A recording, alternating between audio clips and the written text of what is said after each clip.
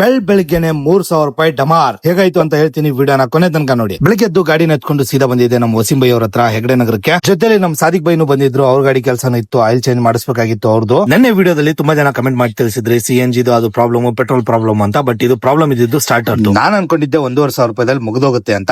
ಐಟಮ್ಗೆ ಆಯ್ತಲ್ಲ 2,000 ದುಡಿಯಕ್ ಆಗ್ತಾ ಇಲ್ಲ. 2,000 ಇಲ್ಲಿ ಬರೀ ಐಟಮ್ಗೆ ಆಗೈತೆ 2,000. ಇನ್ನು ಸಣ್ಣ ಪುಟ್ಟ ಖರ್ಚು ಅಂತ ಅದೊಂದು 1,000 ಬೇಕೇ ಬೇಕು. ಗಾಡಿ ಓಡ್ಸಕ್ ಬರಲ್ಲ, ಏನಿಲ್ಲ, ರೋಡ್ ಗಾಲ್ ಬಂದ್ಬಿಡ್ತೇವೆ ಇವು. ನೀನ್ ನೆನ್ನೆ ಮೊನ್ನೆ ಸ್ಟೇರಿಂಗ್ ಹಿಡಿದಿರೋನು, ನಾನು 95ರಲ್ಲೇ ಹಿಡಿದಿರೋದು, 2009 ನಲ್ಲಿ ಹಿಡಿದಿರೋದು ನಾನು ಸ್ಟೇರಿಂಗ್. ಬೆಳಿಗ್ಗೆ ಬಂದ್ರೆ ರಾತ್ರಿ ಮಾಡ್ಬಿಡ್ತಾರೆ ಇವು. ಏನ್ ಹತ್ರ ಯಾರು ಬರಕ್ ಹೋಗ್ಬೇಡಿ. ಸಹಿ भी आना हो बाद में बोल तुम.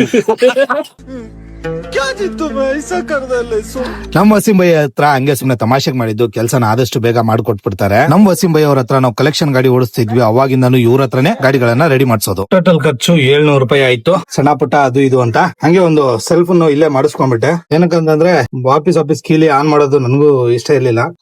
ಟೆನ್ಷನ್ ಇಲ್ದಂಗ್ ಹೋಗ್ಬೋದು. ಎಲ್ಲೇ ಗಾಡಿ ಆಫ್ ಆಯ್ತು ಅಂತಂದ್ರು ಟೆನ್ಷನ್ ಇರಲ್ಲ. ಸೊ ಹೊರಡೋಣ ಇವಾಗ, ಡ್ಯೂಟಿ ಮಾಡ್ಕೊಳ್ಳೋಣ. ಫಸ್ಟ್ ಇವತ್ತಿನ ಟೋಟಲ್ ಖರ್ಚು 2,700 ರೂಪಾಯಿ. 300 ರೂಪಾಯಿ ಟೀ, ಕಾಫಿ, ಊಟ, ತಿಂಡಿ. ಬೆಂಗಳೂರು ಟ್ರಾಫಿಕ್ ಪೊಲೀಸರು ಒಂದು ಆಫರ್ ನ ಕೊಟ್ಟಿದ್ದಾರೆ. ಆಫರ್ ಏನಪ್ಪಾ ಅಂತಂದ್ರೆ, ನಿಮ್ ಗಾಡಿ ಮೇಲೆ ಇರುವಂತಹ ಫೈನ್ ಗಳಲ್ಲಿ ಬರೀ 50% ಮಾತ್ರ ಕಟ್ಟಬೇಕು. 8,600 ರೂಪಾಯಿ ಇದ್ದಂತ ಫೈನ್ ಅನ್ನ 4,300 ರೂಪಾಯಿ ಕಟ್ಟಿ ಕ್ಲಿಯರ್ ಮಾಡಿದ್ದಾರೆ ನಮ್ ಫ್ರೆಂಡ್.